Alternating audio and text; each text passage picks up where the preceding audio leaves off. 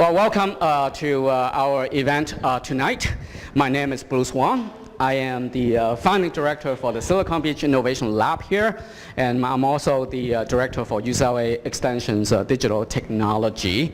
And so we launched the Silicon Beach Innovation Lab about a year ago. And the mission, the goal of Silicon Beach Innovation Lab is to promote entrepreneurship and as well as women and diversity in engineering and technologies and so forth. And so we have a number of events throughout the year, and so this is one of our monthly Fireside Chat event. And so tonight's event, and we have both the UCLA Extension and the UCLA School of Engineering and helping us and advertising and hosting this event. And so this place that you're in, right? You're sitting in this place, and how'd you like it? What do you think about this place? Is it cool? Yes, nice. All right, wonderful. And so those of you familiar with UCLA's campus, right? So what is this? What is this behind us?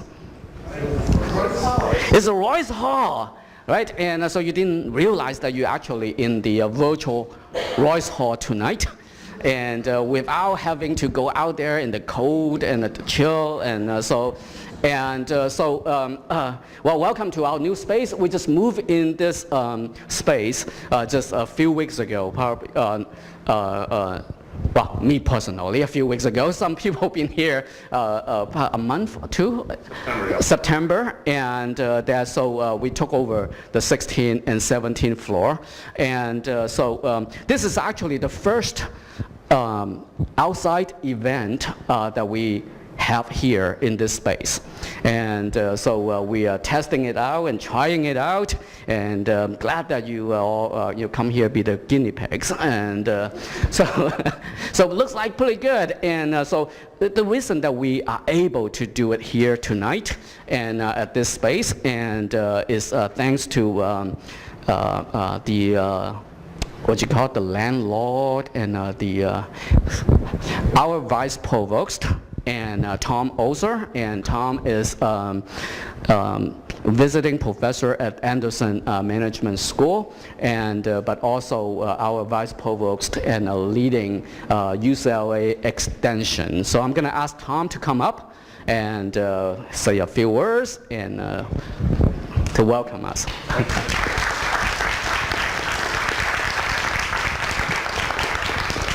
Thanks very much. You know, it's today Monday? It's been a long day. On a Monday night, to get 100 people out, this is close to 100, 90 something. Did you do a count? This is fantastic. This speaks a lot to Bruce's marketing talents and the good work that he's got to be doing with the digital technologies programs. You know, the UCLA Extension is 101 years old. This year, UCLA is celebrating its 100th anniversary, and Extension is officially 101 because the role of Extension meant that the University of California 100 years ago, or a couple of decades ago, was UC Berkeley. And it wasn't UC Berkeley at the time, it was just UC. It was the University of California. And they developed the Extension, and they placed the Southern Division down here in Los Angeles as the Extension for this express purpose of extending the University of California around the state. And so we came down in 1917, and by 1918, UCLA was formed around the Extension, and the UC Berkeley Extension was then given to UCLA.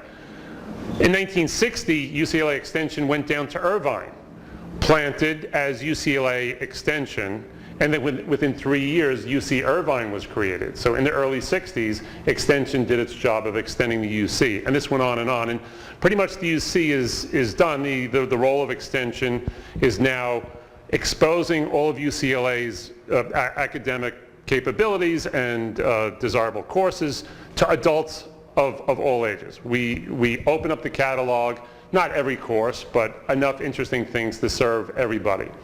College students that want transfer credits, My daughter, when she comes back to Los Angeles, she needs some credits to go back up to Berkeley. She can take them here, get the course and the credits, and transfer them immediately. Everyone else, all other colleges in the area, Pepperdine, UC, and everyone else, CSs will take credits from here. We also serve professionals like many of yourselves, right? Career changers and or professionals that are doubling down and certifying the profession that they're already in. So we have professional certifications, continuing education units, or if you get a certificate, I was talking to a couple of students here that they're going after the certificate. What does that mean?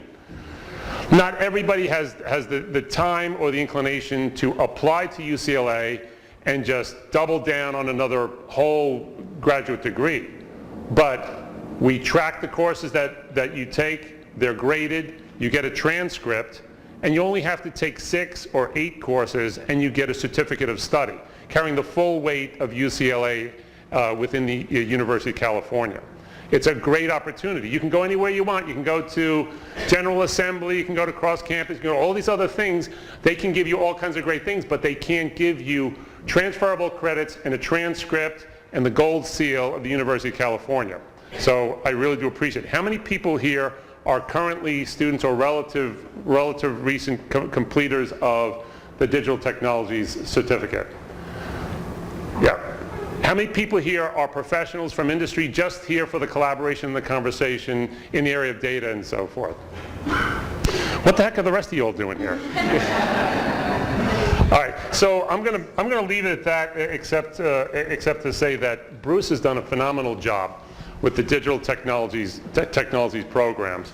It's just a couple of years, and it's taking off by leaps and bounds. So I want everyone to give a hand to Bruce, because we're all here tonight because of his vision to grow digital technology certificate programs and intensive courses and so forth. So ladies and gentlemen, Bruce Wong. Thank you.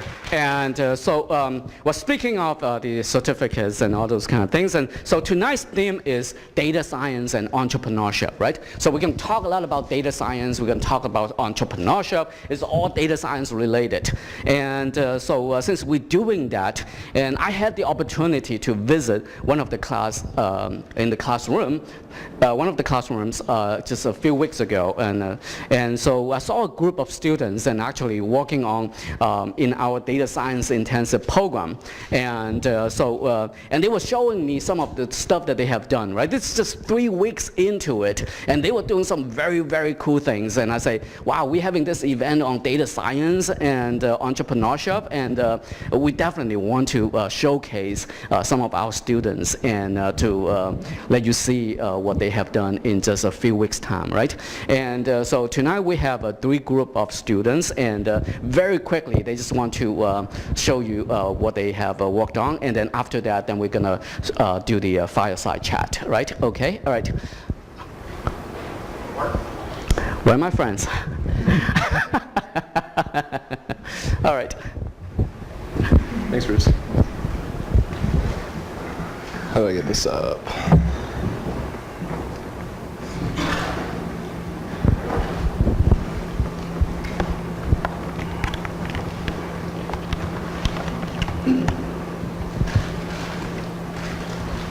All right. Hi, guys. My name's Warren. I'm going to talk to you guys about the statistics of personality. Oh. Okay, cool. So the original inspiration for this project is I wanted to look at how important life outcomes like income, health, and happiness are affected by personality. So for this project, I decided to use the Big Five model of personality. That's composed of agreeableness, with conscientiousness, which is hardworking and organization, extroversion, neuroticism, which is susceptibility to negative emotion, and openness, which is similar to curiosity or attraction to the unknown. So I found a data set that tracked gifted individuals from 1922 all the way to 1994, asked them all kinds of questions like what are your interests, like how's your health, what are your relationships like, and then as they grow up, ask them questions about their life outcomes, their jobs, their marriages, etc. So this was a really good data set for my questions, but unfortunately it has a couple limitations. Like I said, it tracked gifted individuals, so the median IQ is 150, so it's not a good sample of the general population. They were sampled from Californian public schools. The subjects in this data set are all male and it's 92% white. So it's a look at the echelons of high IQ, but it's not a good look at the general population. So the first thing I had to do was clean the data. Every question had its own index, and so I had to standardize everything so that they could be combined. And so I just put everything in terms of standard deviation from the mean, and that took care of that. There were a lot of missing values, and so I had to throw out a lot of questions and subjects. After that, I had to group everything by trait because I wasn't interested in every single question. I wanted to know more about what was going on with personality traits. So for example, for morality, I included survey questions that had to do with truthfulness and humility. Whereas for something like conscientiousness, I could just include the questions that dealt directly with conscientiousness. And to make sure that I wasn't just making things up, I checked the internal correlation for the survey questions inside the traits, and I threw out everything that didn't have good correlation with every other survey question inside of the trait. So this is the performance of my model. As you can tell, it works better for some traits than it does for others. This mean squared error was gotten via tenfold cross-validation. This is a linear regression model.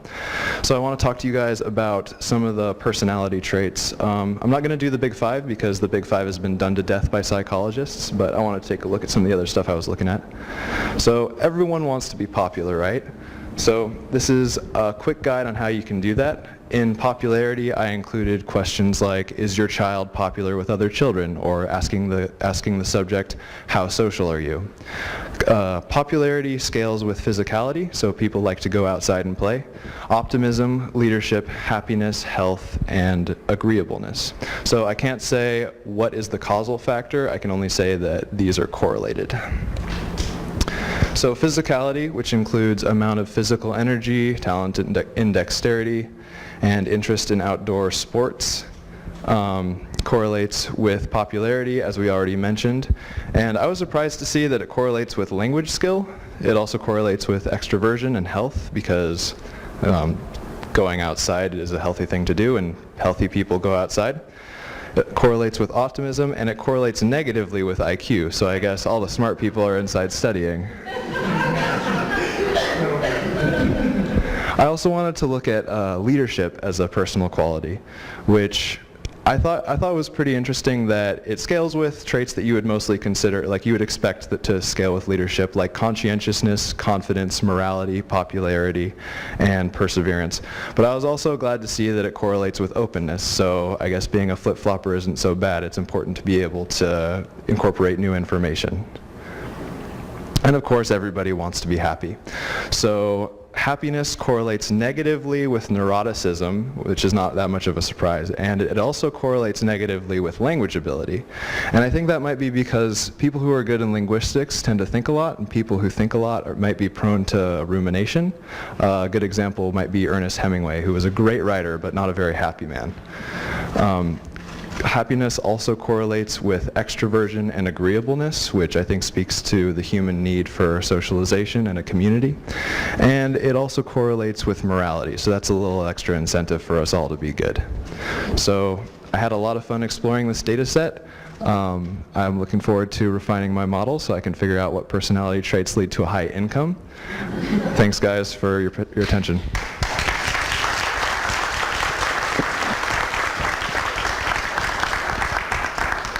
Right, thank you. And so we got a couple of quick ones, right? And are you coming up next? Okay. Right. You want me to hold your food for you? You first. Okay.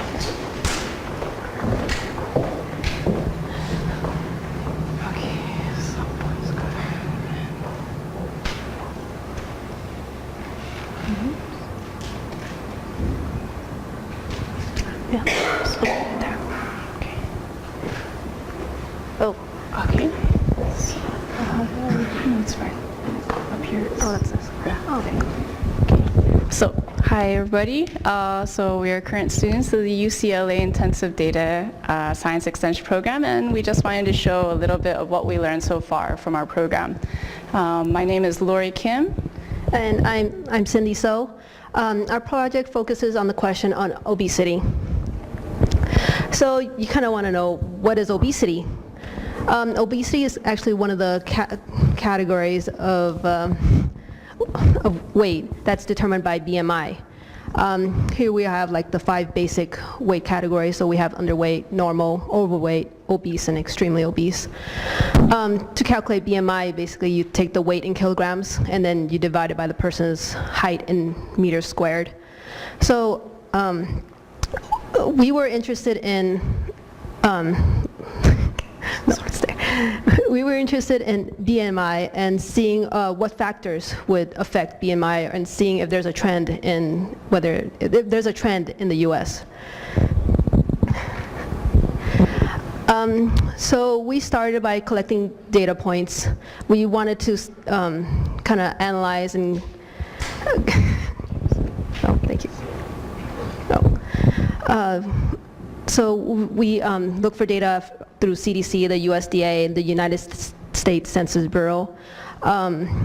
We were interested in looking for data like the percentage of population that are in poverty, the people who are inactive, have diabetes, who exercise moderately, the average education attainment of adults, the count of fast food restaurants in the U.S. Between the years 2011 to 2016. We used R and all these data sets to present our findings.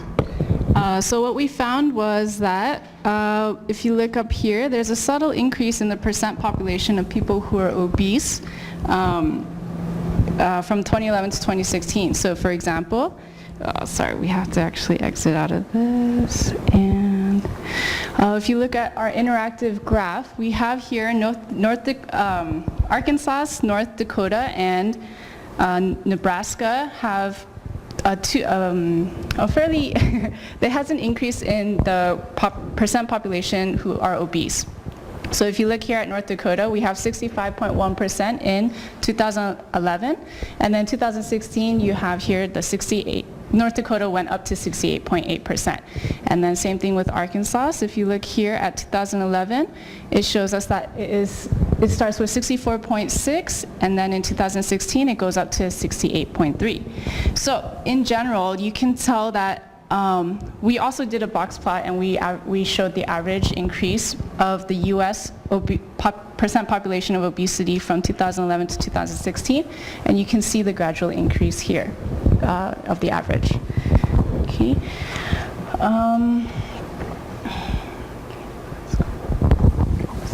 Oh, you gotta switch back. Let's go. All right, and here we have a line graph over the years between 2011 to 2016 between the 6th highest ranked obesity states, which are Arizona, Arkansas, Mississippi, North Dakota, South Carolina, and West Virginia. And just for comparison, we have the lowest ranked, which is Colorado, down there in the green. Okay. And then we also used a dynamic graph using R, an interactive dynamic graph, to show the correlation of the different features against obesity over these years. And the best correlated variable we found using this graph was the educational attainment against obesity, also the CHCI. So how the population over 25 years, how many of them have graduated college or have gotten higher degrees. So we actually have that. Sorry for going back and forth.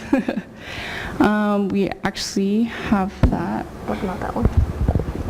Okay, right over here, and you can see, although CHCI showed the best correlation, diabetes came out to be the best display, so we're just going to go ahead and show this.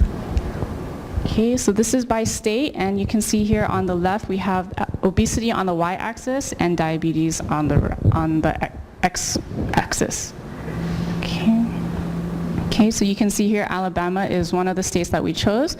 It is positively correlated because the more weight you have, the more typically you will probably have diabetes.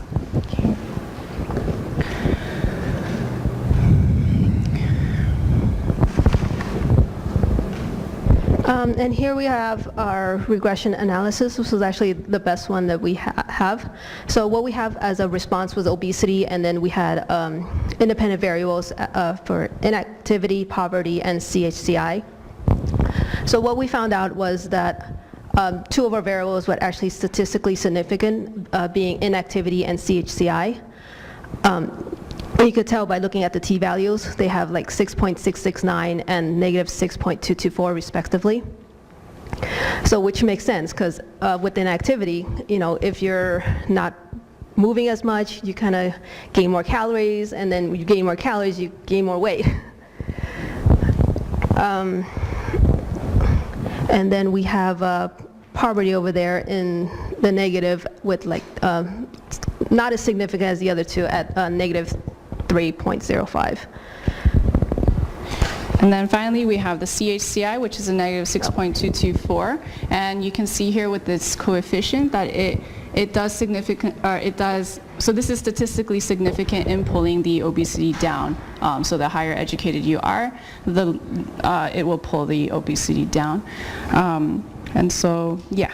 So overall, we found that inactivity and educational attainment are strongly statistically significant in affecting obesity in the U.S., the growth of obesity in the U.S., and these were the findings that we found utilizing our program's materials, the R language program, and from the government data libraries. Thank you very much.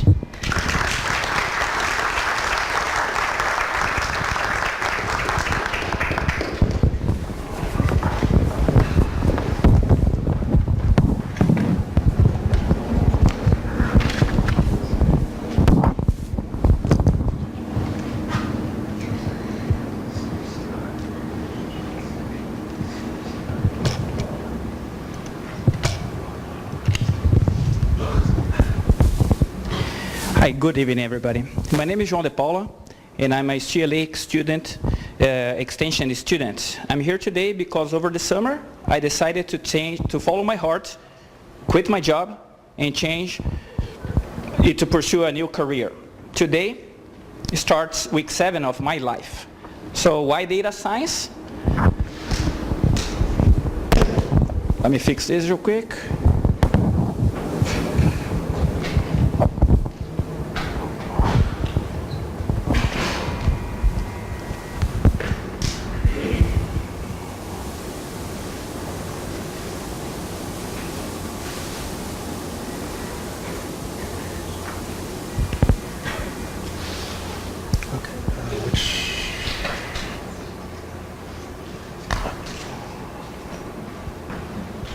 Okay, here we go.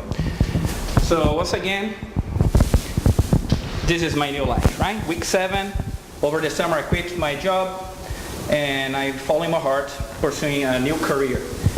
And why data science? Because in my view, it gives you superpowers. You can explore data and perform analysis, create visualizations, and help organizations solving problems. So I'd like to share with you one of the assignments given by our professor, Dr. William Yu. Dr. Yu asked us challenges to create a simulation that mimics the Google Public Data Explorer. My assumptions were, as Dr. Yu has told us, get your hands dirty. That's the way you learn, by doing things. And that's what I did.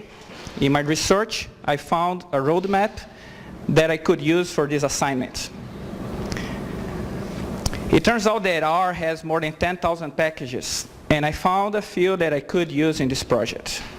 The most important one was Google Viz, which is developed by Google and provides an interface between R and the Google Shorts API. The next breakthrough was to figure out how to connect to the World Bank data. So this is a screenshot of the R code. and this project contains more than 14,000 observations from 1960 to 2016, and includes fertility rate, life expectancy, population, GDP per capita for all countries. So this is the final. And as you can see here on the first visualization, on the top right, you can, I decided to assign the colors of the bubbles. Each bubble represents a country, and the colors, they represent which region they're coming from. So China is Asia, so all Asian countries are in blue. On this particular visualization, you can see the fertility rate and the life expectancy. Okay, so let's follow China, and you see that life expectancy is growing as fertility rates are declining. And if you take a look here, around late 60s, you see the effects of the one-child policy. It makes the fertility rate drops even more. Okay? So the next one, we're going to see the GDP per capita and the fertility rate relationship. And as you can see, the GDP is growing over time as fertility rates are declining.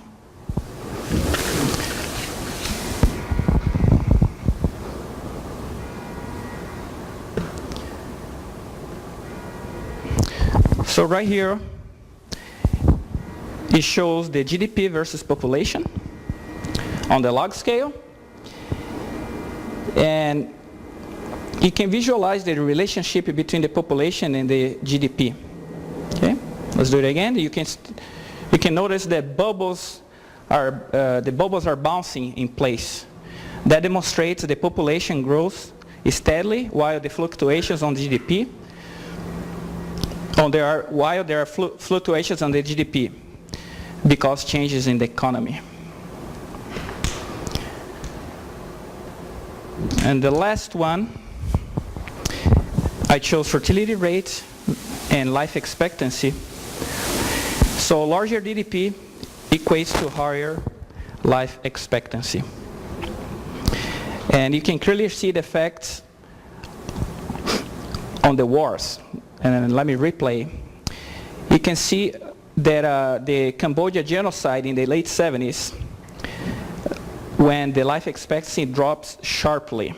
And also the Rwanda civil war in the late 90s, beginning to mid 90s actually.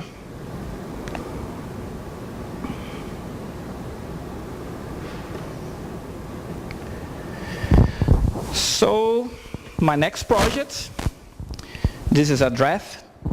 I'm working on my capstone.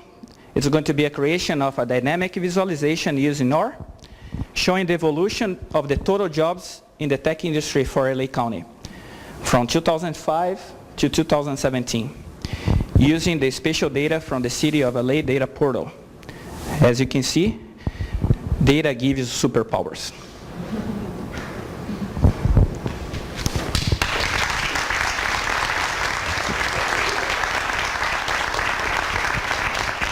Isn't that wonderful? Huh? All right, so the gentleman who made all this happen is Professor William Yu, and there's William, and William is actually the economist at Anderson Management School here at UCLA. And so every quarter, and that UCLA forecast the economy and published the economy. A lot of people came in to listen to him, and a lot of bankers, a lot of different financial professionals, and trying to figure out what's going on in the economy. And so if you're interested in that, and you'll talk to him later and see if you should buy stock or not buy stock, or should save money or not save money. And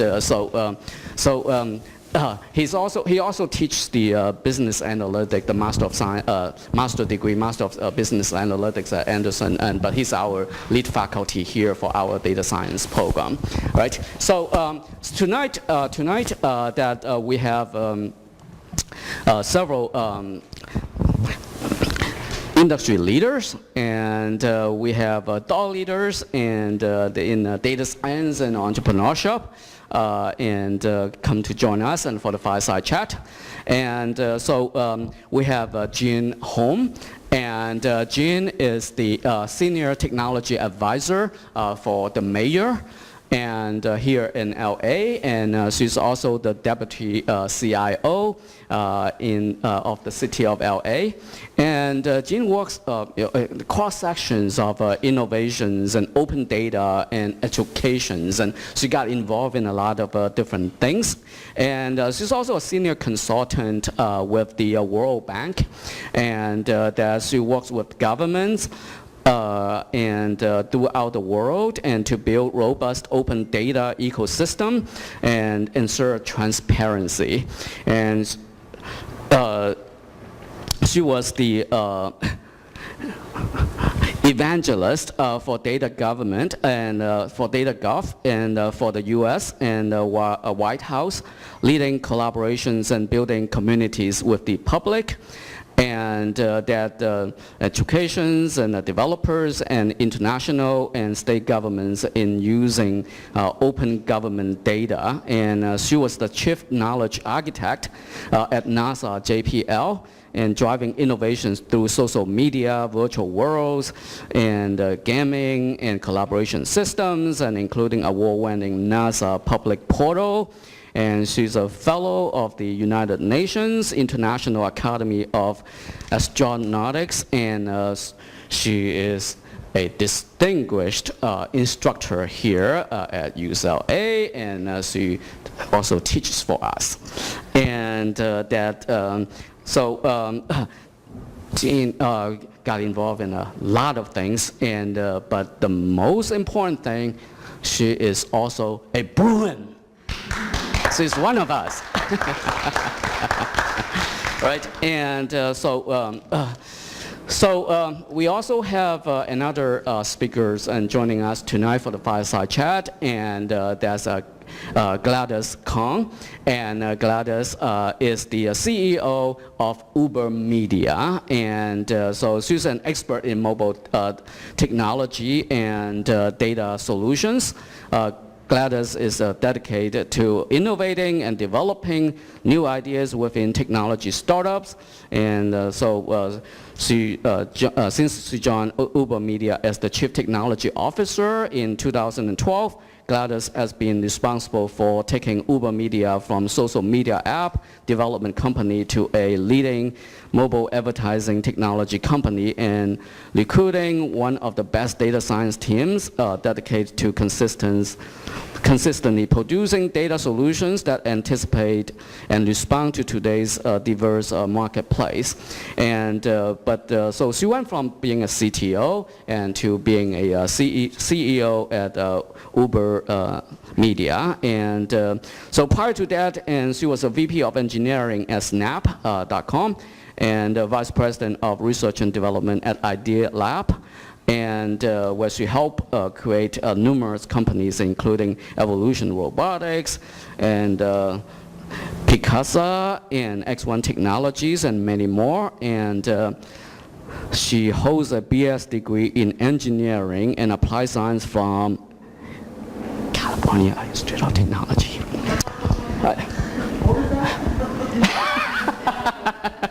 So she holds a BS degree from California Institute of Technology. But more importantly, she got her master's degree from UCLA. She's a Bruin also. So she's an alum for our School of Engineering and in computer science. And in 2016 and 2015, and Gladys was named one of the Business Insider's 30 most powerful women in mobile advertising in 2016. Mobile Marketeer named her one of the 25 mobile women to watch, and her expertise and passion for innovation was directly contributed to Uber Media's being ranked number 16 in the Wall Street Journal's top 50 startups and listed as one of the Fast Company's 50 most innovative company. And so we have Gladys and joining us today, and we also have one more speaker, and Rusty Tarak. And so Rusty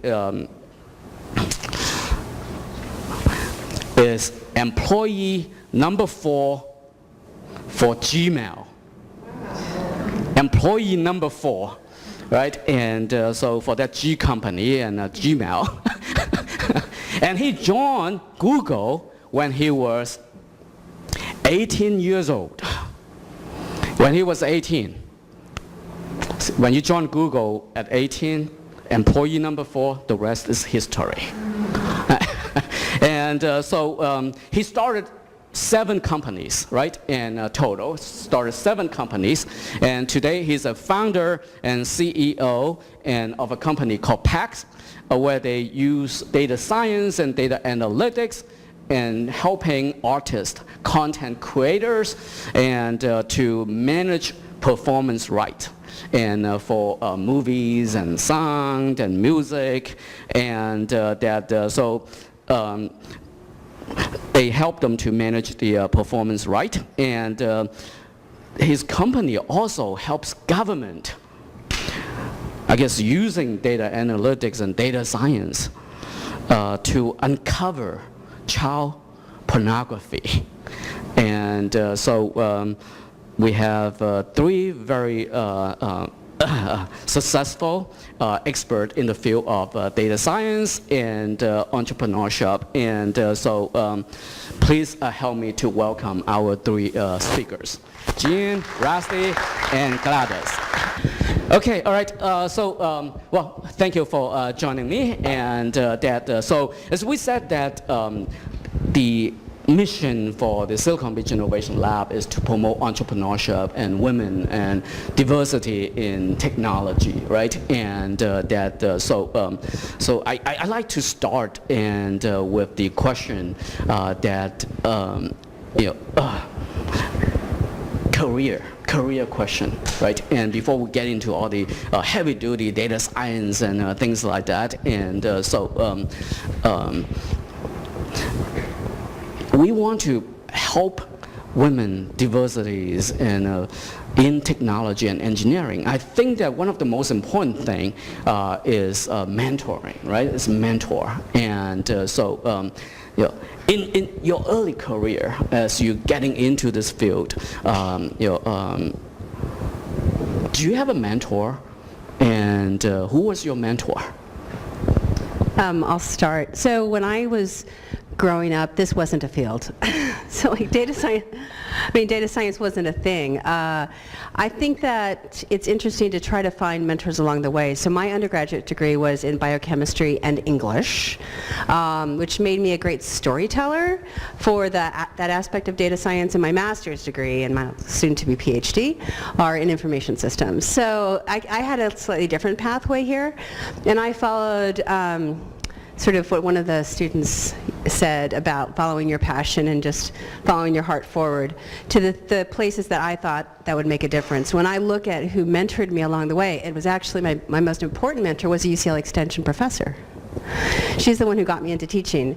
So she was at the Jet Propulsion Laboratory, Mary Fran Bueller, and she just reached out and really sort of helped give me confidence and guidance in being able to try things differently when I was at JPL. And I think that every opportunity every day is an opportunity for you to be a mentor to somebody. Even if you're young, even if maybe you're just getting started, you are further along your journey than somebody else. And reaching out and doing that for somebody and feeling empowered to reach out and ask somebody to be your mentor in any area that you're looking for is really important. Very good, thank you. Rusty? Well, I was very lucky that a lot of people along my way were much older than I was, so they kind of took a parental care of me, and so I had incredible bosses, mostly women, Actually, only one was a man. And they helped me out to maybe understand myself better than anyone else, and I really agree that you can always help out someone else. It doesn't necessarily require too many experiences outside of maybe just being kind and understanding, giving somebody the time and going through some of these things, maybe like a priest almost. All right. I have a number of mentors along the way that really helped me. And the first one I remember is a woman, when I was doing an internship at JPL before I even graduated from Caltech. I remember that was my first real job that I took for during the school year through summer. And she told me one of the most important things as you start working is to be resourceful. It's very different than when you just study it in your books. Being resourceful means you have a problem, you may not get an answer from the book, but you go find it. You ask people, you look it up, you go find it. And that has stuck with me for my entire career, that when I am faced with a problem, I'm trying to be resourceful to how to solve it. There may not be, especially in the field of data science, there are a lot of new things that are yet to be invented or created. So being resourceful, being creative to think about a solution is something that rooted in way back when I was still in school. And then along the way, I have many other mentors, and Bill Gross from Idea Lab is one of them that really started getting me on the track of thinking about doing different things, trying new things, and not being afraid of failing and trying again. That's very important to my career as well. So I think for me right now, I try to help men or women that comes across my path, especially now when I have 2 daughters, that I really want to encourage female to get more into the technical field, so I do come out and speak up more. I am a techie at heart, so I do like to be behind the scenes most of the time, but I do that more today because I think that might just help 1 or 2 female Asian engineers to come up and be doing more beyond what they think they would do today. So. Well, thank you. As Jean said it earlier, right, and that it wasn't data science field, some times ago, and I always tell people that I was data science when data science wasn't cool, right? And that we were doing data analytics. One of my startup company was data science company, but at the time that we don't call it data science, right? And so now data science is hot, right? And but back then it wasn't something that everyone trying to get into. And so how did you get into the field of data science? How did it start? For me, like Jean, that field wasn't around when I was in school. In fact, computer science degree wasn't around at Caltech when I was in school. So my degree is in engineering and applied science. I did learn a lot about programming, but as soon as I graduated, the language I used was obsolete. So like most things in this ever-changing world, you just have to keep learning. And the principle of what you learn is, I think, rooted to problem solving, just having the idea of you have facts and you have data, but you have to apply it to solve problems, and that's sort of the principle I felt we learned. And my graduate degree is in computer science, but focused on data, distributed database, and that's when I started getting interested in data. It's really using how to apply data in a world that we were working on a Docker project. How do you allow military ask the database, query the database without having to type SQL queries. So we're trying to do a little bit more human interface to querying the database, and that was very interesting to me, and that evolved into my interest in data and solving problems, and to where I am today is applying mobile data to solve business problems. It's the problem-solving skills. Okay, very Rusty. My dad owns one of the companies that makes tractors and harvesters and these kind of things. So for him, computers are nonsense. If you can touch it, it doesn't exist. And as I was growing up and as I was trying to understand coding and why things work and how they work, I started realizing that eventually business is data, and at the end of the day, every business will be just data. It doesn't matter if it's a pizzeria down the street or it's the Fortune 50 company. Data is going to be the only ultimate decision maker on who fails and who goes forward. And also, it's going to be the only thing that matters for humanity and work to survive, because we feed data into models that can do more stuff than we can, but we are still the decision makers.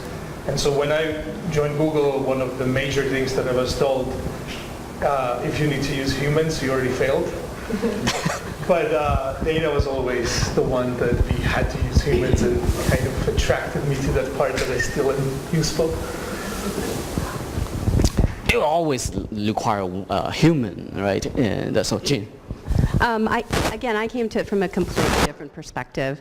So I wanted to tell powerful stories. So my first job out of UCLA, actually while I was still a student, was at the Jet Propulsion Laboratory, where I stayed at JPL or NASA for 32 years before I decided to go work for the White House. So the opportunity to tell stories in a powerful, impactful way in a science-driven organization required me to understand more about data. I needed to be able to prove that we did correct planetary protection, to understand why we failed or succeeded at Mars missions. And so trying to get into data behind the stories to make them more powerful and understandable was really important to me, and both quantitative data but also qualitative data. So kind of going back to the idea about, like, why should people care, and who was listening to the story, and what effect would that have on their behavior. So the idea of having outcome around the data is really important. And then I had this opportunity to build a knowledge management program. Oh, you didn't do that. I didn't do that, okay. So to build a knowledge management program at NASA based on the data, and from there to actually build the first open data systems at the national level here, working for President Obama in the White House, building data.gov and other systems. So the idea of having that storytelling background with learning the technologies along the way, which are constantly evolving, and you always need to stay as a lifelong learner, was really where I came from.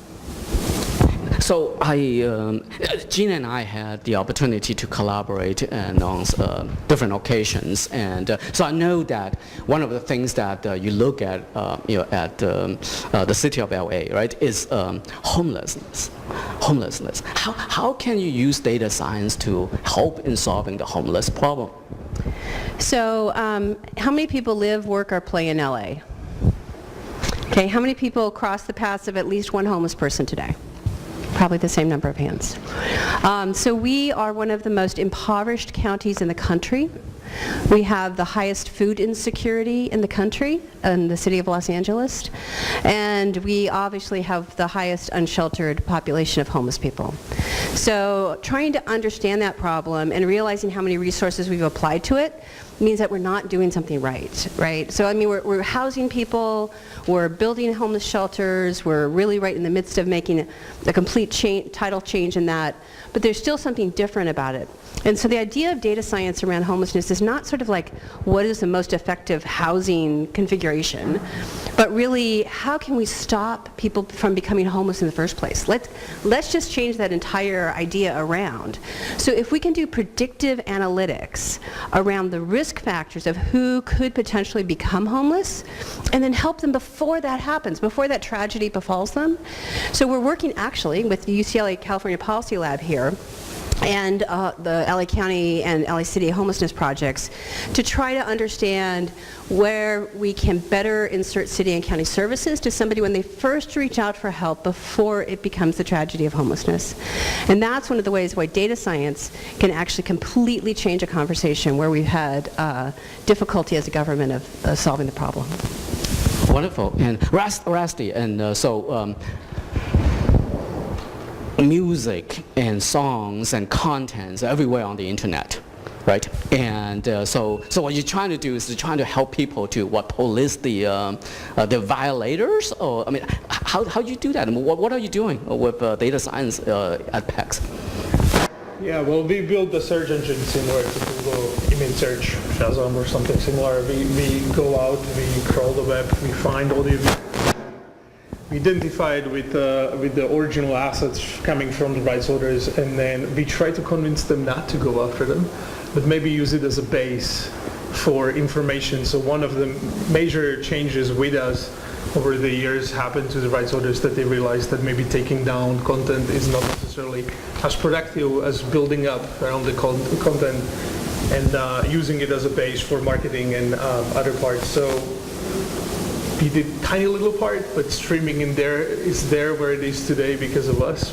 Rights holders listen to the data, so the outcomes when people lever in here, it comes up in revenue there. So data can be as powerful as the one interpreting it.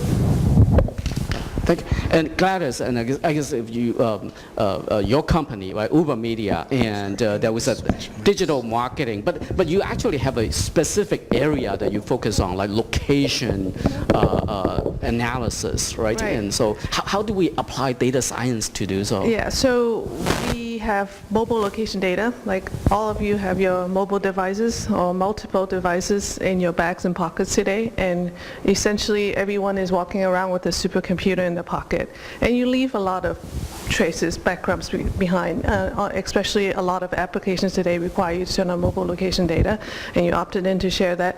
And what we do is we take that anonymous data and we help solve some of the business problems. With cities, maybe building smart cities, we can learn where density of devices are to kind of predict population on where there's a lot of traffic, where there isn't a lot for planning.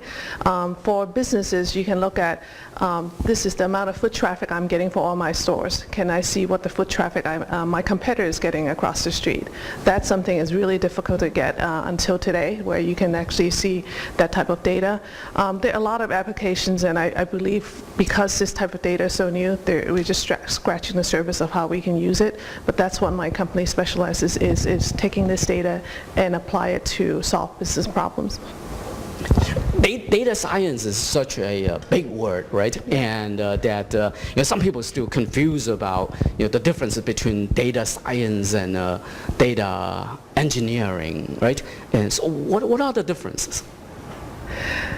I think data engineering, in my mind, is someone that write the program to process the data so that it can be used. But a data scientist will look at the problem and try to use the data to apply it to solve the problem. And it is a newer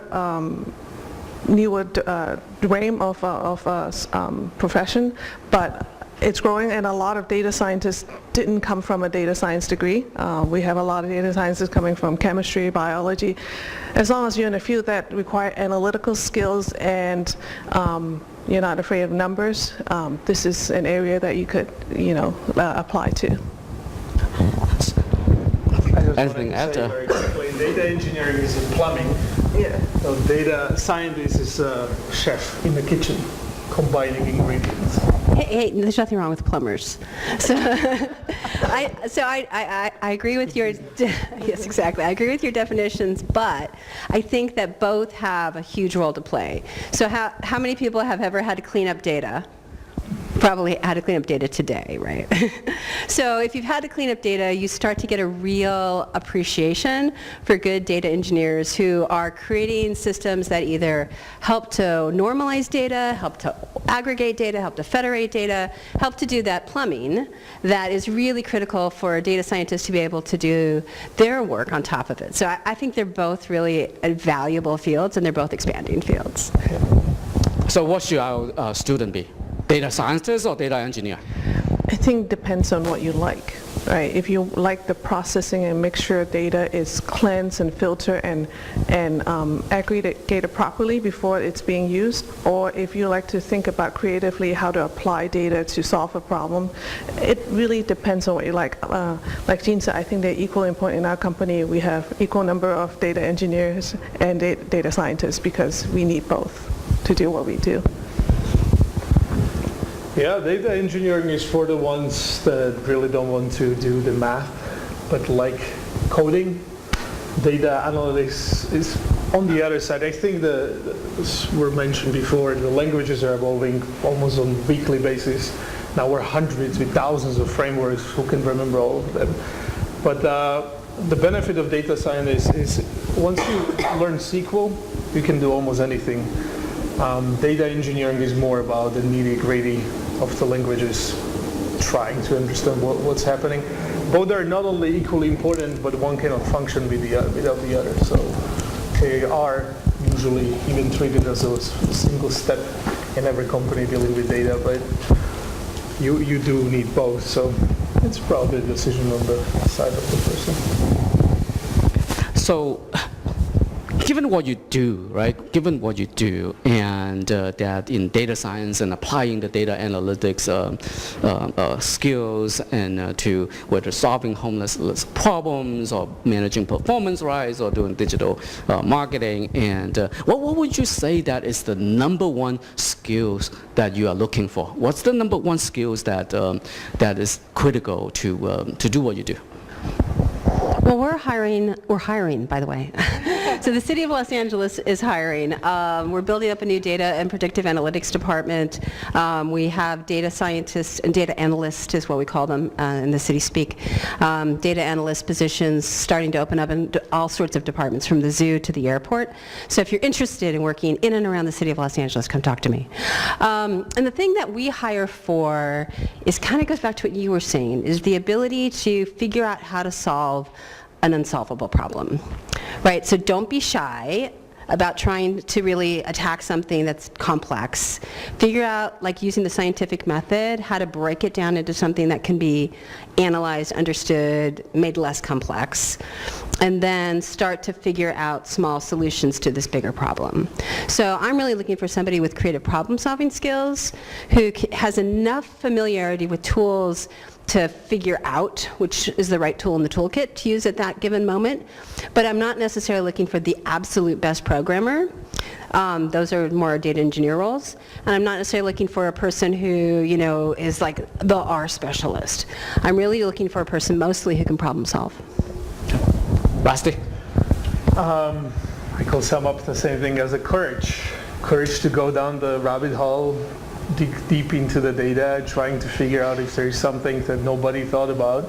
Even if it comes wrong, you know, the exploration is important. And we usually see people succeeding, especially in the data analyst roles, the ones that are the most curious and the ones the least afraid of touching a huge amounts of data. And on the data engineering side, it's the ones that get creative with connecting this plumbing. I agree with both of you, and we do hire for problem-solving skills, courage. For an example, one of our employees likes to ask candidates who come to interview for a data science job, how many tennis balls is in the air right now, do you think? Okay, the people who draw a blank and say, I don't know, it's not the ones that we want to hire. We want someone to think about, how do I attack this problem? Well, let's say how many tennis players are there, how many tennis courts are there? Like the analytical skills to solve a problem you may never have heard of, but having the courage to think through it and whether it's right or wrong. I think the last element I would add to both of those were kind of thoughtfulness in the answer, or question yourself, does that make sense? Or when you come with any data solutions that someone presents to you, always question, does that make sense to me? That's the type of employees we like to hire, is that there may not be a definitive answer, but how do you really tackle it step by step to come up with the best answers that we could. So. Thank you. And so when I was doing data analytic work in my startup, and so what we did is basically that we IT infrastructure, application management, data analytics. We take the data that company monitor and using monitors and collected millions of bytes of data, right? Using those data and create performance model to study the performance and capacity of IT infrastructures and applications. And the number one challenges for us is data, right? I mean, although the company collected millions and millions of data throughout the day, but the number one problem for us, number one challenge is data. Is it still the same thing, I mean, in what you do? Is data a challenge? So I've spent most of my career working in and around the government or for the World Bank or for big data organizations. So data's less of a challenge to us, but understanding the data is a challenge. So we actually have an opportunity for people who need data. Can I give this opportunity? Please. So as part of the city, I developed a data science federation. So this partners with 17 universities in California and Arizona that brings students and their professors in to work on city challenges, not just for Los Angeles. We now expanded to the 88 cities in Southern California. And so we're working on projects this semester with Santa Monica, Pasadena, the county, and Los Angeles on a whole variety of things. So we provide the data, we provide the challenge, and then the students provide those really creative problem-solving skills. So if you're interested in volunteering, doing a fellowship, being part of the Data Science Federation, we have ways to solve that problem where you don't have actual data, and even if you did have actual data, you feel like you're not going to make a difference, you can make a huge difference in the Data Science Federation and actually change city policy by informing the policy makers about your ideas. Maybe we can start with a signing sheet, and who wants an internship or job at the city of LA? Make sure you sign that before you leave today. So, Rusty, I mean, is a challenge data? Our challenge is we have too much data. It's hard to process. We just passed, I think 3 weeks ago, 3 trillion rows in our largest data lake, and we are taking companies down to knees when we have to run queries on these. So we found out, and over the years, the most important thing in data engineering is picking up the right data, not a data. And it's picking, sometimes having less data, but more clear, clean, and more obvious data is much, much more valuable than the data. There's just hundreds of thousands of different inputs. So we spent almost half a decade in this company figuring out which inputs are the ones, or which variables are the ones that are causing changes or are worth monitoring. And number one questions from our customers is, what else can you show? What else do you monitor? And we usually say, well, this is it, because this is what matters, and nothing else does. And so I think there's too much data in this world, and it's just going to get even bigger, and then people get confused by it. I think it depends on the discipline. In mobile location, there isn't a shortage of data. As I said, every one of you have a device or multiple devices, so that is not a problem. But let's say in the medical field, it's hard to get data. I mean, I think data can help predict a lot of health issues ahead of time, but I think data is not as easy to aggregate in one place. And so I think the more data you get, you can make sense out of, the better the solution is going to be. And there are some fields that I think have shortage, but in our world there isn't. You said 3 trillion, we have 1 trillion data points a day, just because of how much mobile data is out there. So in our world, data is in abundance, but it's in other places I could see there's problems. Thank you. So we have some MBAs in here, we got some engineering students in here, and we got others, and I told my students that, always told my students that engineers make better entrepreneurs than MBAs. Right? Yes, and do you agree? Well, just by sitting here tonight, I think there are a lot of entrepreneurs in here. Earlier, there was the personality trait. I think it's a mindset. All we need to do to change your presentation to a pitch deck is in the last line when you were saying that you could predict what personality trait leads to high income, and then you just say, so here, put in your credit card number. Then you become a business already. So I think there are lots of engineers that have the ability to be engineers. It's just a mindset if they're thinking of becoming one. And I think once you get into it, you won't stop thinking about it. That's what I think. I don't have an MBA, so I can't comment on that. I think she agrees. Rusty, I mean, starting 7 companies, right? I mean, how can people get started as an entrepreneur? Well, I think that speaks for how bad I am, not how good I am. I think especially Silicon Valley over the last couple of years warm up to the notion that founders can be technical. I think a lot of founders are, or especially technical founders, are now trying to seek out what makes sense in business. Business is storytelling and it's selling, right? So at the end of the day, it doesn't matter if your product is better. This especially doesn't matter what code language you wrote it in. Maybe there's one other person that cares, it's your mom, and she's trying to be polite. And so there must be a combination. And usually what works the best is when there is an MBA and when there is an engineer running a company. One sells, one does. I like that idea, but I'm going to do, okay, so this is a data science discussion, so we're going to do a little experiment here. So I want everyone to think about something that frustrates them about the world. Okay, it's election tomorrow, so I'm sure you can think of something. So think of something that frustrates you, something that you would want to change. It doesn't matter if it's possible to change it, just something that you would want to change, okay? So think about that. Okay, now I need you to close your eyes. No, seriously. Okay, close your eyes for a minute. Now see in front of you a vision of how that change would be. If you could change that thing, if you could change the world, can you see the future? Okay, open your eyes. How many people could see a future that they could change for the better? Look at all those entrepreneurs! Oh my God, that is the single biggest thing between a successful and an unsuccessful entrepreneur. You can see the future that you want to have. And so I helped the White House, we started with data.gov, and we started kickstarted hundreds and hundreds of companies built on open data from health, energy, climate, oceans, education, all across the gamut, all across the country.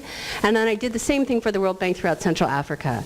And the number one difference between success and failure of an entrepreneur is that ability to see the future that you want to achieve. So hold that dream, and that will be part of your success. Wonderful. And now data science has been hot for some times now, right? And any day that you go read some news about jobs and say, hey, there's like 1 million data science jobs unfilled, right? And so everyone wants to get into data science. How is it going to be in the future? You see that it's still going to be a hot area to be in, or is it dying down and no one going to talk about data science 2 years from now? Good. I think no one will talk about data. Sorry.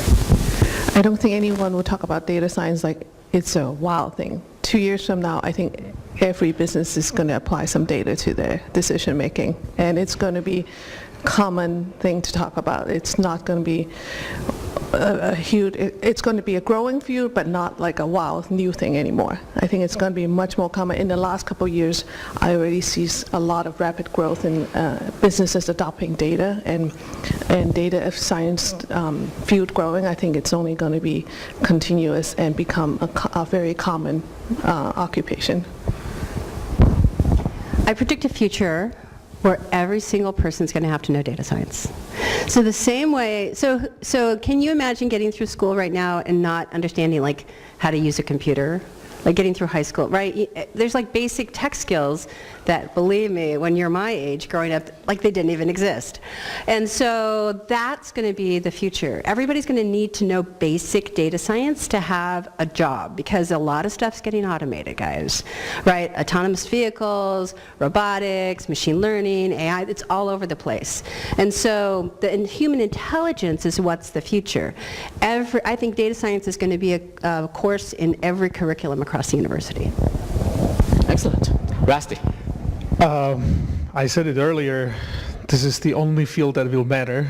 I think once we hit the saturation where people are finally trained for the job and things settle, it's going to be a basic skill, and it's time to start teaching your kids that 1 + 1 is not 2, but there is also 2 data points in that. And I do believe it's one of the best investments in person's career. Learning Java is as useful as ever, but at the end of the day, everything is data, everything caters to data, and everything has an outcome from a data. So we see it in our company. It's much easier to hire a lot of Java engineers than it is to hire data analysts, not because it's so complicated to do these things, but a lot of people are afraid of numbers, afraid of the results even, and so in many cases they just don't want to enter that field because they feel like it's some kind of black magic. But I do believe it's one of the best investments. I think at this point it's still nurse practitioner yields the most money in US as a carrier. Data analyst is the next on the... Wonderful, and I think what we want to do is that we want to open up the forum, and we're gonna let everyone, if you have questions, and that our speakers can answer, and so let's open up the forum, and so questions from anyone in the audience. Don't they have to be courageous? Isn't that the... Curious too. I have a question about the older industries that are not, they don't like data. I worked for a manufacturer here south of Los Angeles for about 10 years, and they won't touch it with a 10-foot pole because the leadership feels it can't control it. And so they just say, this is the way we've always done things. And they sell close to $700 million a year. Not a small company. But I fought with them for years to try to get them to integrate things, and then eventually I'm not anymore. But how do you, there's certain, like in the construction industry, I just see certain, one industry is very evolved, and I'd be on the phone with people who don't even know how to turn a computer on in the other field. So there's these kind of like pools. How do you collect data? How does that change, or how long do you think it would change for it to get in there? Because that's where a lot of old people have got a lot of the money, and they're just kind of, that's what I saw at least. I think it could take some time. For us, sometimes it's a very long sales cycle. There might be one person who's a little bit more forward-thinking in the company and want to adopt using data to, let's say one example would be to pick real estate site, right? When you have a few store location, mobile data is a great way to tell you which one has more traffic, and more importantly, which one has more of your type of customers' traffic. But there are still store owners that would say, well, my gut instincts is going to be better than data. You will always have that. But I think the best ways to get business to adopt that is when their competitors start using it and becoming hard to compete. I think it is a slow process, but it will pick up if your competitors start using it and having a leg up. I think that's where I see it. You know, there are decades when weeks happens and weeks when decades happen. So this is going to be slow up until it's sudden and they will go out of the business. It happened in other industries and it will happen in every industry, because at the end of the day, every business is data, and who doesn't measure it and doesn't control for it doesn't know what they're doing, no matter what they say. Hollywood. And so I will be not too worried about the existing businesses. I think the new ones will change things for better or worse. But I still believe data science and data engineering in general is going to be important in every field, no matter where you are. And being the pioneer is always a good thing, even frustrating, but. Yeah, and I think we see some of these changes happening in areas like car manufacturing. So traditionally, like, 40 years ago, nobody could imagine that it wasn't a bunch of white guys on an assembly line putting a car together. Like, that was the way that things obviously would always be done. And today, that almost never happens like that. And so companies that didn't move with the times, didn't start to digitize their processes, didn't start to gather the data to understand exactly, like, how could we automate this? How could we, like, become more efficient? Those companies are no longer in business. This was major transformations. Detroit underwent a horrendous, downturn. And so if you look at that as a model for what's about to happen in construction, for example, there's huge automation just starting in construction. And so I was just in Dubai for a UN meeting 2 weeks ago, and 1/10 of all construction cranes in the world are in Dubai. It's like crazy. And so watching the automation happen in areas where it must, because construction happens so quickly and it's so competitive, suddenly you start to see the transformation starting to happen. A lot of questions. So you focused earlier on comparing data engineer and data analyst or data scientist. But maybe the engineers are making the data available for the analysts to think about. But thinking about those two roles and maybe one other, the database administrators, keeping the systems up and running. What are maybe 2 or 3 characteristics that you have to study and or gain sufficient knowledge in for each one of those roles, so people can understand the difference between the data engineer, the data analyst, and then the data administrator? Oh, and may I add on to that question, because it's related. It's not going to give you more to talk about. You've been using data scientist and data analyst interchangeably today here, but I feel like if you look at job boards or whatever, sometimes companies say one thing and the other, and I'm sure that 95% of the time they themselves don't know which one they need or what exactly they mean by that or what kind of skills they expect them to have. So do you distinguish between data analysts and data scientists, and if so, then what's the difference? Sure. Well, data scientist is everything. So if you see data scientists, you know they will make you to do everything. Data analyst is very particular part of data science. That means a person that has to have, when we were talking about the skills, statistics, math, pretty good at that. SQL these days is probably a base, maybe some languages like R, Python. For the data engineering, it's coding. It's truly coding from bottom up.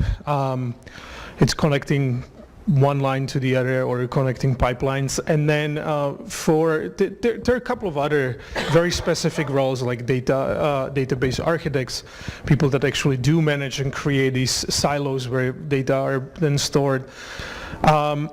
Those are usually people that, if you have a freakishly obsession with cleanliness and you want to be tidy, this is perfect job for you. Fantastic job to have control over. Yes, data is messy, and if you don't like messiness, this is not going to be a happy place for you. But data architects or database architects, whatever we want to call that, administration, these days SRE, to take a Google speak for that. I think it's just very distinguished traits as a person, and it's what attracts you the most. I will say all of them are equally important, all of them kind of pay the same, so it's just more up to the person what they like and what they really are into. And there are so many jobs these days. Just pick the one that you really enjoy instead of being forced into, and don't end up like a janitor in a company being a data scientist. So I think the reason that we use this language interchangeably is because it's not normalized yet. So for example, if you wanted to be a data scientist at the City of Los Angeles, you would apply as an Operations Statistical Research Analyst. We don't actually have anything called data scientist. I'm just making this all up. But we do have, it took us a year to change that title, that really long title, like none of you would have applied for that job, to be a data analyst, which at least we could get across 42 different departments acknowledgement that, okay, we can all say that's the kind of person we want to hire. So at the city, like as an employer, I'm just saying we use, for really weird reasons, the term data analyst. So if you're going to Indeed or Monster or Jobcase and you're looking for a job, understand that from an employer's perspective, we may use one word and mean something different, but that's just how we're having to advertise it. I think that kind of to Tom's question, the idea of database administrator is really that person who loves order, loves to take chaos and create order out of it. Normalizing the data sometimes falls into that, but not always. Sometimes that's the data engineer's role. But really, the role of understanding the cloud, I think, is an important aspect in today's world. I think less and less we have on-premise hosting, especially with big data. And then secondarily, cybersecurity. So there are data breaches all the time. And I think that the database administrator, more than any other role kind of that you just mentioned, is the one who really has to start to work closely with the cybersecurity team or be aware of cybersecurity practices to make sure that that data is staying controlled. Yes, our company has all four types of the roles. So we have data scientists, we have data analysts, we have data engineering, and also what we call infrastructure team. And I would say, agree completely, infrastructure, you have to like order. And I would add one more component, because we are a smaller startup company, cost. It's very important to do the same job, but cost is important. How do you efficiently store all the data for usage, and also how do you make sure recovery can happen if something happened to the data.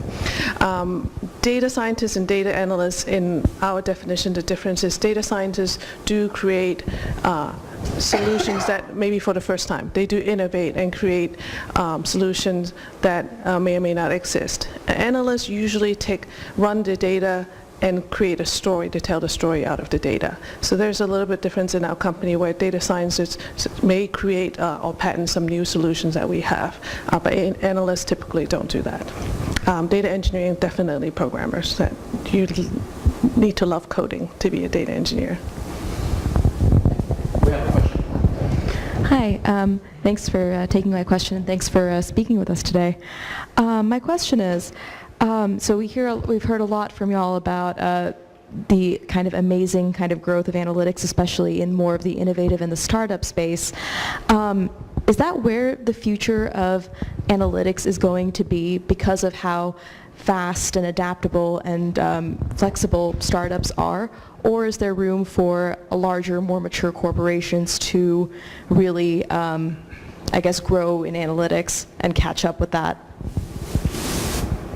Working for a big, huge organization, absolutely we need them both places.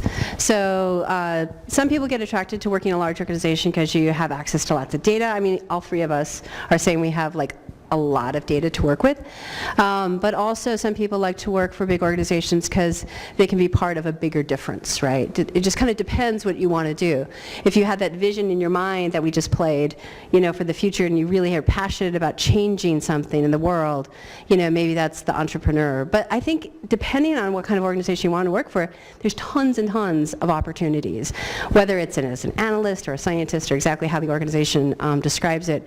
But we need people inside of an organization to help make the initial analysis, and we also need fresh perspectives and diverse perspectives from different ethnicities, different genders, different backgrounds, different countries, different ages, to come in and really have a different perspective sometimes for that data. Because inside our organizations, we end up with this unintentional bias, no matter how much we try to not be human. We always have this human bias that we bring to the table from all of our different backgrounds, and we want to make sure that that bias doesn't translate into a poor business decision. We want that business decision to be the most robust, one that's been sort of tested across diverse ideas.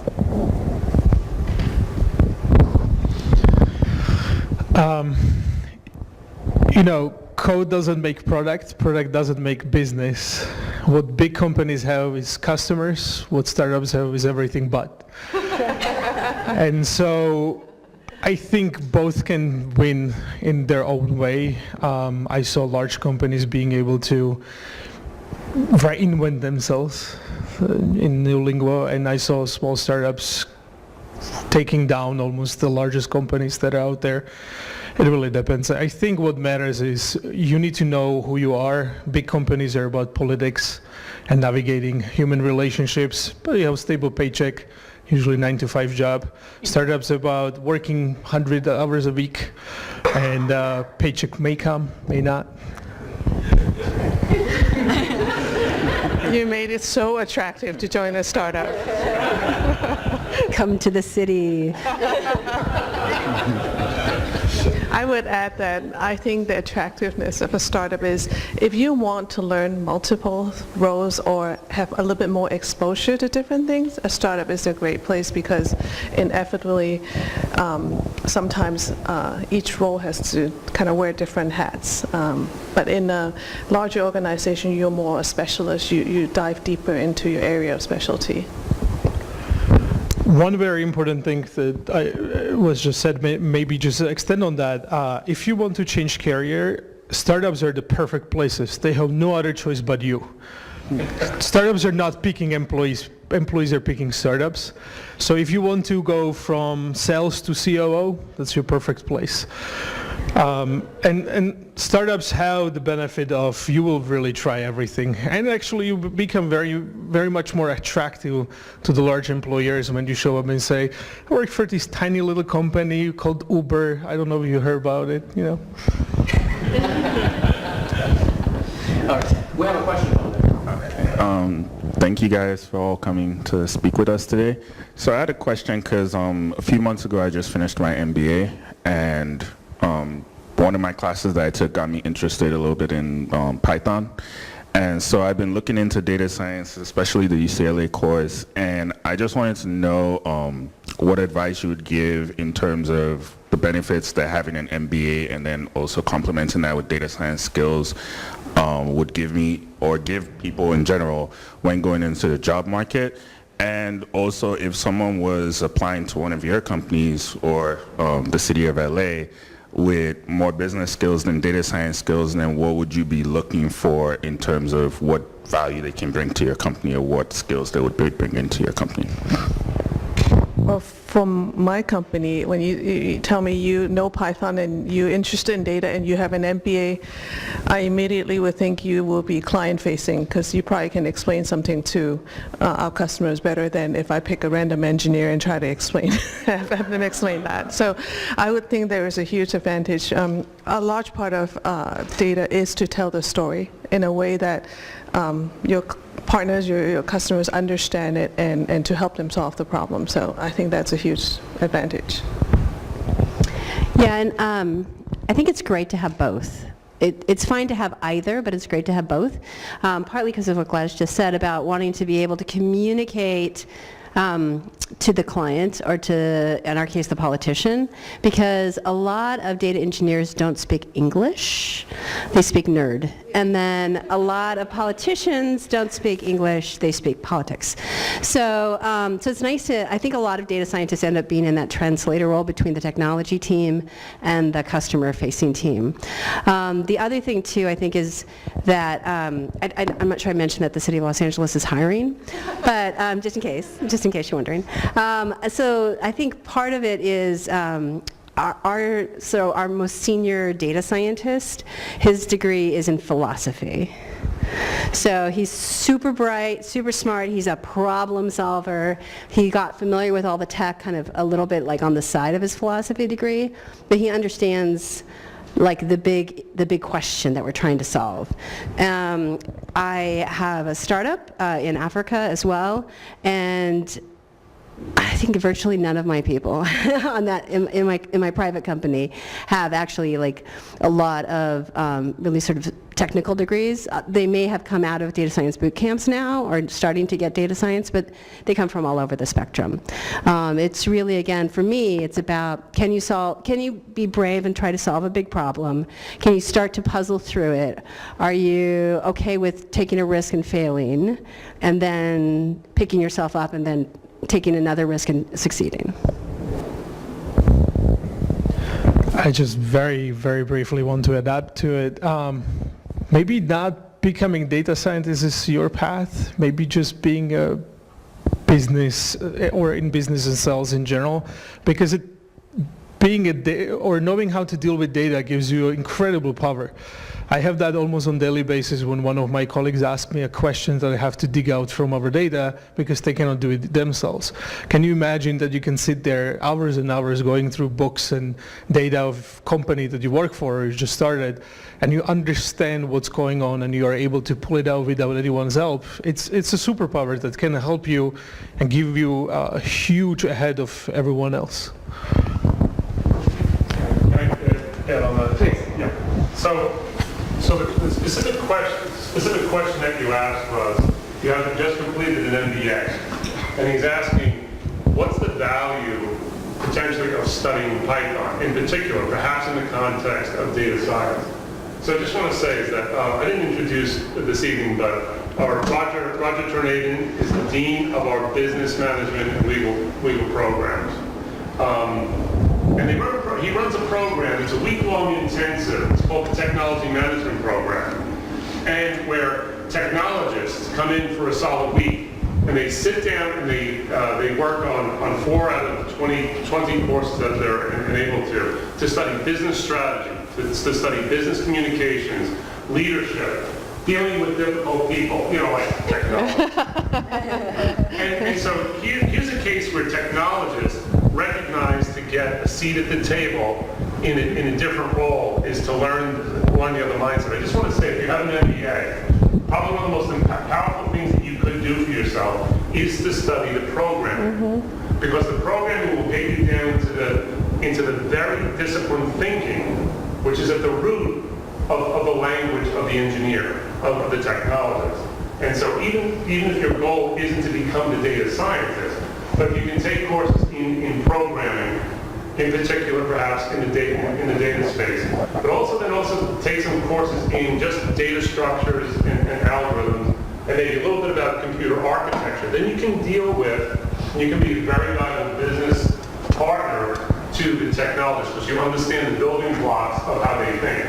Not to become the engineer, not to become the expert in that, but to become a more full business analyst and think of that way. So I just want to offer that up. Both sides need it. Technologists need to get business thinking, and business thinkers need to get technical insight. They need to become more savvy than the average person walking on the sidewalk who's never studied it.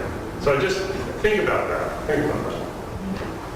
I just have to say, 20 years ago, I took Roger's program before. Thank you very much. Great job. And it was transformative.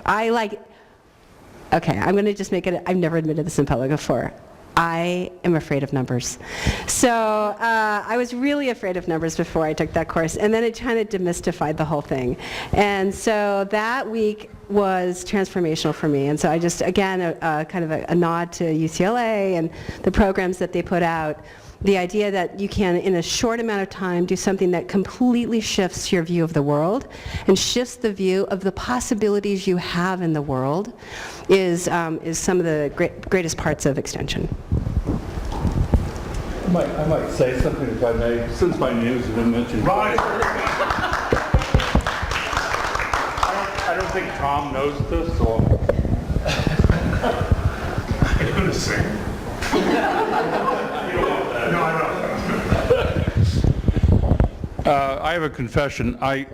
When I did my undergraduate work in the Midwest a few years ago, I had started a business.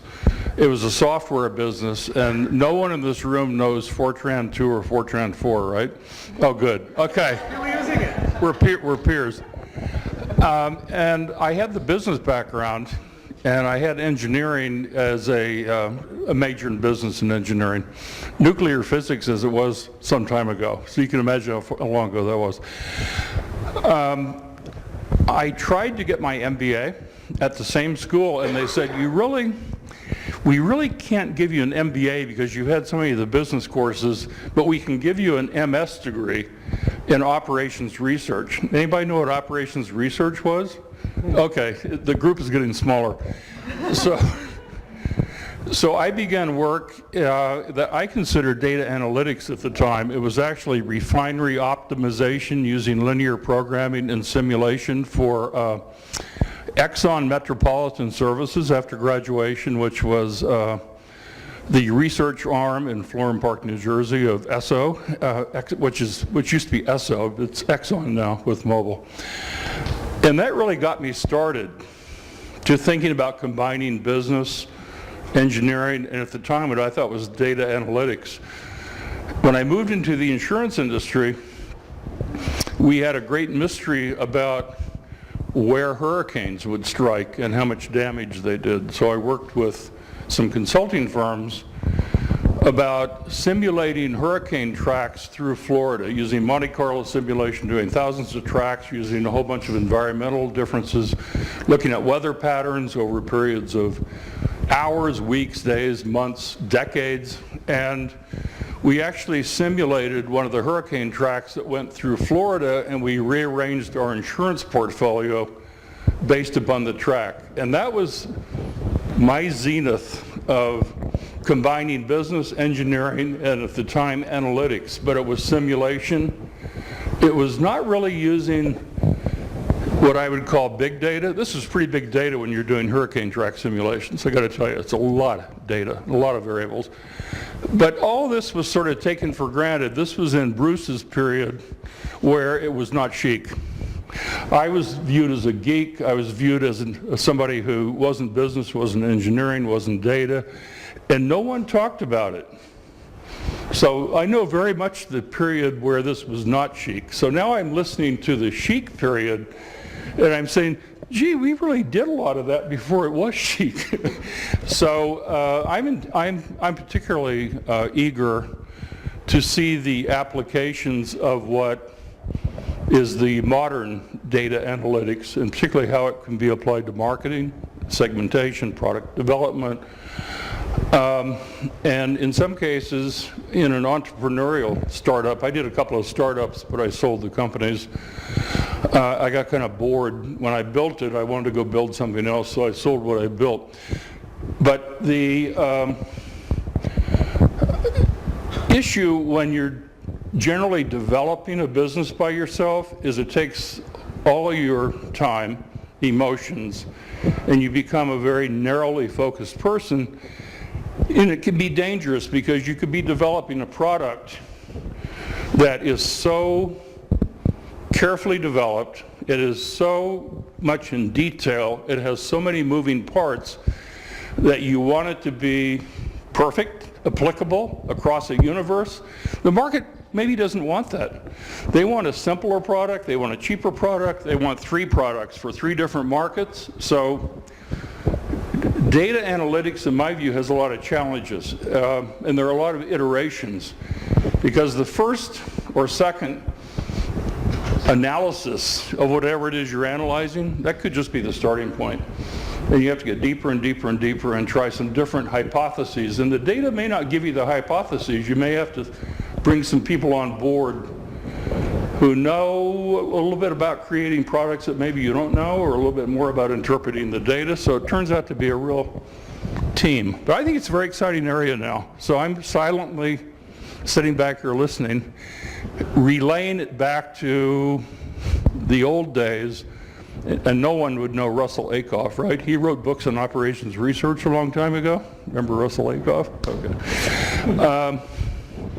I think it's fantastic. This is becoming chic. I don't think I'm going to be around to see it become maximum chic, but I think it's taken a long time to get to this point, and I think it's exciting, so have a lot of fun with it. Thanks. Thank you.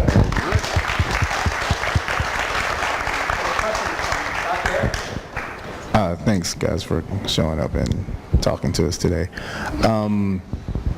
We've been talking about the different disciplines within data science.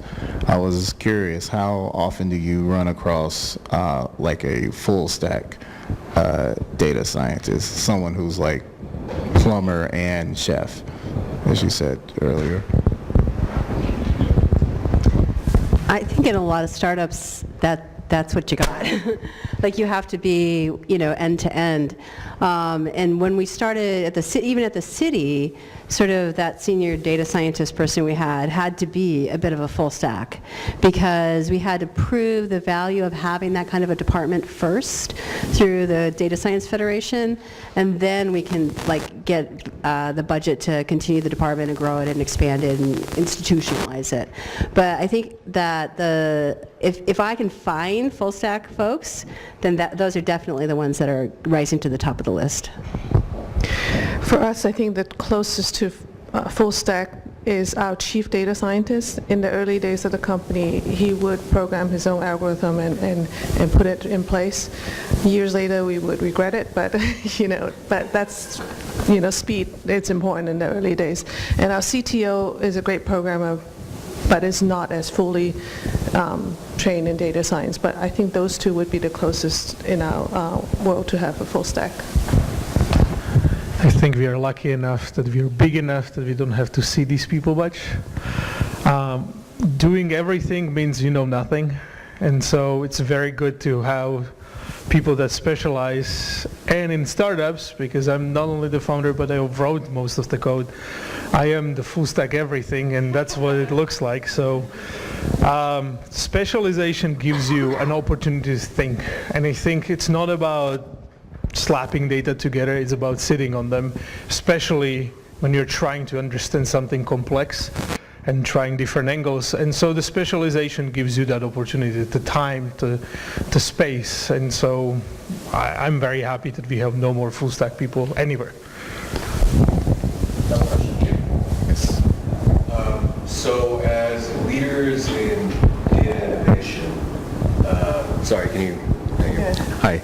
As leaders in data innovation, I'm curious what innovations or progressions or applications are you guys interested in or like keeping track of or are excited about that's coming up in the next year or so or short term that we should be aware of? Like, is there anything that you guys are interested in or curious about and seeing a lot of progression with? No, exactly. Sure. So I'm interested and excited about everything in the future of data science. But one of the things I think is a really amazing opportunity field is around autonomy and 5G and the ability for us to take what are our traditional pipes and how we normally put data across them and really transform it. So one of my projects has been bringing LA into the 5G environment. We're the first 5G city on the planet. Yay! And so throughout downtown LA, customers can now sign up to be on 5G. And so part of that means that this idea about public safety, autonomous vehicles, drones, all the things that live and move and inhabit the ground, air, and subterranean spaces around the city are going to move faster and in different ways and intelligent ways and interacting with each other more than they interact with us, actually. And so I think that's a huge opportunity space. So that combines, AI, machine learning, autonomy, data, packet switching. I mean, there's a lot of different kinds of data science and data engineering jobs around that. So I think that's super exciting. And then, of course, the promise of like true artificial intelligence is going to be amazing. Once it's going to be this thing where we're building really slowly, and then when we breach over the top, it's going to escalate super fast. And so kind of watching and being on that curve right at the change point will be super exciting. I am excited personally about any new technology that helps make my life easier. I think there are autonomous vehicles one way in the traffic with the traffic in LA. If I don't have to ever drive again, would be wonderful. And there are a lot of services today like Instacart, right? Things just get delivered to my door in just a split, second. Not really that in LA. A split second is within an hour. It's pretty good.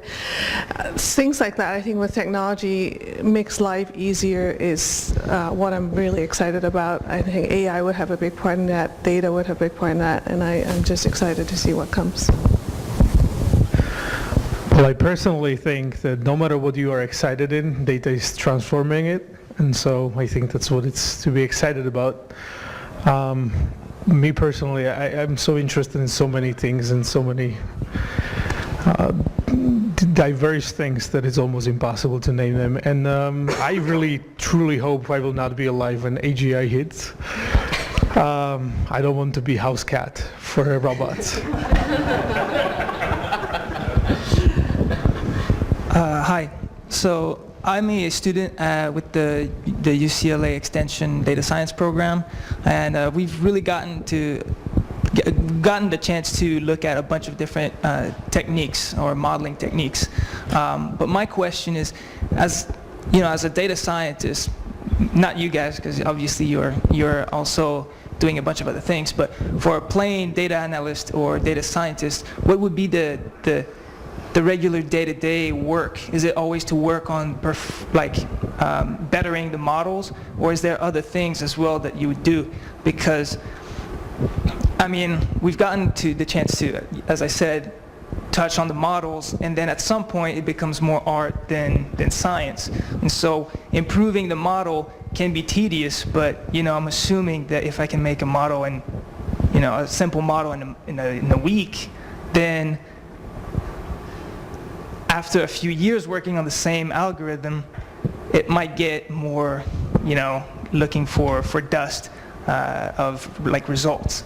Is that right? And if so, what do data scientists do for the, as part of their daily work?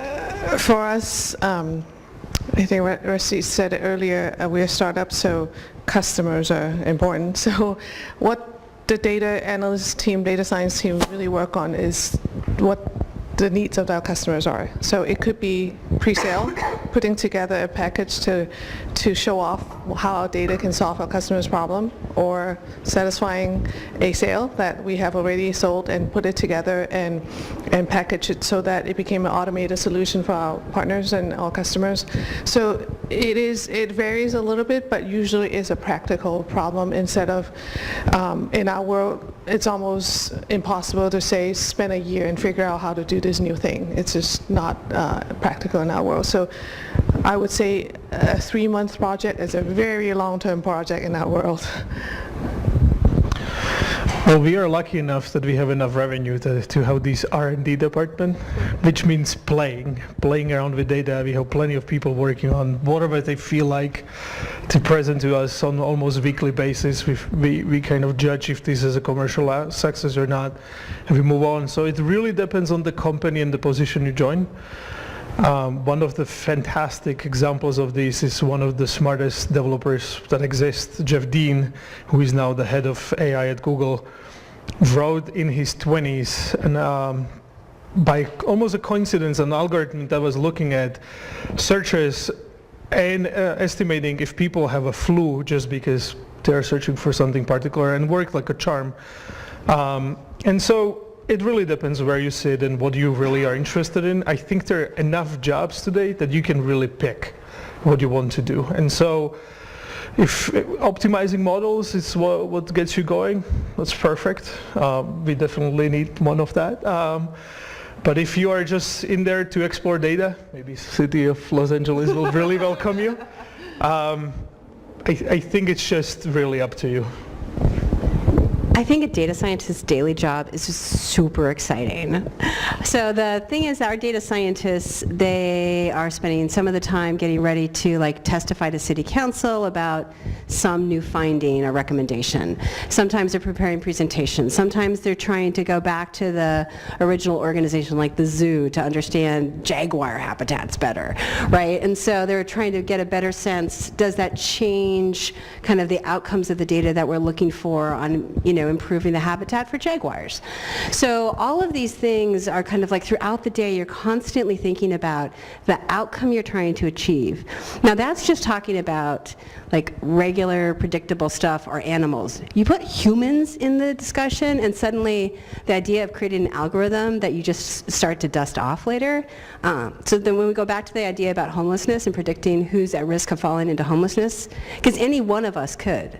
I don't care how much money you have today, the right conditions, a sick child, lack of health care, a divorce, some tragedy befalls you, you get disabled, and suddenly you too are at risk of homelessness. And so the idea of being able to predict human behavior and do an algorithm that helps to understand that kind of thing, it's a constant challenge. And to be able to optimize that. Or when you think about weather models, Roger was talking earlier about weather models, trying to model the climate and the environment of the earth, which is constantly changing, that just in case you needed to know that. And so that is a huge amount of science and constant analysis. So I think it's very rare, it happens, that you do a data science problem, you find an answer, and it's done and you shelve it. Generally, there's this ongoing thing like what conditions have changed, how can I make this better, how does it improve the business outcome, how does it improve people's lives? And so I think it's this constant challenge, again, we talked about being curious, to constantly pick at the best solution. Wonderful. We're going to take that question and one more. Hi guys, thanks for coming out. I was wondering if you could tell us about a time in data science where you were stuck on a problem and how you overcame it. Too many times, I have to think about that. There are a lot of what we do that customers ask for that there isn't a solution, because if you think about mobile location data, it's just becoming popular in the last few years. So a lot of problems haven't been solved. And a lot of times we would brainstorm with the client because they are the domain experts, and we would have to get more information and then go back to our whiteboard and play around with our ideas and go back again. So it's a very iterative process, but we must have many of those stages where we're stuck, and then we go back and talk to the client to get more information and go back. I can't think of a specific one, but there have been many, many times. Yeah, well, the problems are constant, and then you just iterate on them as you learn new things. One of the most interesting things is when you are interested in a lot of different diverse things, so this intermediary discipline, you start realizing that a lot of things are applicable from one field to the other, and more as you are researching those other fields that have literally nothing to do with what you do, you start realizing that these patterns emerge within what you are doing. So I always encourage people to go outside of your field, especially when you're an engineer and you know one single thing. So have you guys heard of the Hubble Space Telescope? Okay. No, you haven't? Okay, I'll just send you some pictures. So the Hubble Space Telescope was supposed to transform our idea about the universe around us. But when it was first launched, some of you people over the age of 25 might remember that it didn't work. Like, it didn't work at all. Like, it was awful, awful, awful, awful. So, so my job was to work on the Hubble failure team and try to figure out why this wasn't working. Okay, so we have data from ground studies that we tested in the lab. The telescope is in space, so there's not much we can do to look at it up there. It's gone, right? It's millions of miles away, and so actually 125 million miles away. And so what we're looking at is these pieces of data that show that we should be seeing clearly, right? These interferograms is what they're called, and so we couldn't figure out why until we realized that this was a new technique. So it was like a new algorithm that they had developed, and the head of the project had said, oh, I swear by this new technique. Okay, so then we realized, well, what if it isn't that the data's wrong? Maybe the data's all correct, but maybe our assumption of the underlying algorithm by which the data's behaving is wrong. So when we switch that, when we switch our complete understanding of the basic test, it suddenly became clear that this huge lens was completely out of focus. And so the solution wasn't to try to bring this thing back down to Earth because it would have burned up in the atmosphere, was to create a new lens that would artificially correct, the same way your glasses correct for you, and ship that up and install it on the Hubble telescope. So in this case, we had data, the data seemed deceptive, and it wasn't until we really dug into the underlying pieces of it that we understood what had happened. So sometimes you have to challenge every single assumption to understand what's happening. All right, we have our final question. Oh, thank you. Thank you for your time. I have a quick question. I'm curious, as an entrepreneur, CEO, or founder that may be behind the learning curve as far as technical skills, what would you say are the most essential skills to have in that toolbox? And secondly, is there a dark side or anything that you fear with regards to big data or a data-driven world? I think any person, any CEO have their strengths and their weaknesses. I come from a tech background. When I first started learning about the business side of becoming a CEO, my biggest fear is to speak in front of people. And you just do it more and more, and you learn and prepare for it to overcome it. But I think a lot of non-tech CEO thinks tech is scary, similar to what I think public speaking is scary. I think a lot of times people think you have to have it all, but I think a CEO has partners too. If you are a founder, you want to start a company. If you are non-tech, find a good tech partner to start the company with. I mean, as long as you have the skill set in the executive team, you cover. You don't have to have everything yourself. I think as a CEO, you have to have one very important thing, and that's empathy. Empathy for your customers, empathy for your employees, empathy for everybody around you. You have to understand and try to feel how they feel, so you don't react poorly to lots of situations that are incredibly emotionally charged. And so I think as a CEO, you have only 3 jobs: vision, money in the bank, and talent. And so there's not much to it. It's just really being stable on it. And when on the fear, look, I mean, we are humans. We are not great in being very realistic, and we are biased. And so data reflect us. And because lots of people in the engineering, especially in Silicon Valley, look like me, white, male, we are biased, all of us, and we introduce this into data that then teach the models, and then they have real life consequences. And so one of the hardest part is to convince yourself that you're always wrong and you have to do better. That's really good advice, both of those. So I think the best thing you can do is find the talent. Like, again, you don't have to do it all. So figure out what you're good at, what you love, figure out what you hate, and find somebody to do that other part, or what you don't know and get somebody else to do that other part, and build that relationship and build the team around the 2 or 3 or 4 of you. And then I think my best advice to any data scientist has nothing to do with data or tech, and it kind of echoes things we've said, which is be kind, be generous, be curious, and be brave. And those 4 traits will get you very, very far in your career as a data scientist.